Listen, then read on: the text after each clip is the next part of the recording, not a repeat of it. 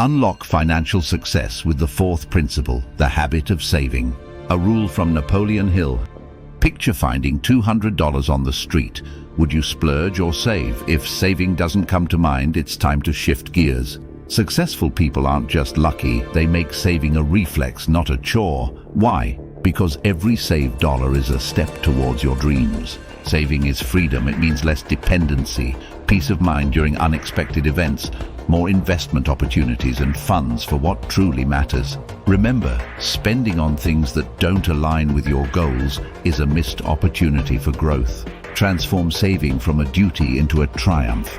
Think of it as making you richer each day, not as a safeguard against poverty. Start by saving at least 20% of your income, allow yourself 10% for splurges, and use the rest for essentials and investments. If 20% seems daunting, start smaller, but start now, and always pay yourself first by setting aside savings as soon as you get your income.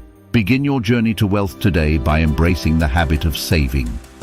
If you're ready to build your financial independence and share to inspire others to start saving, let's pave our way to success, one saved dollar at a time.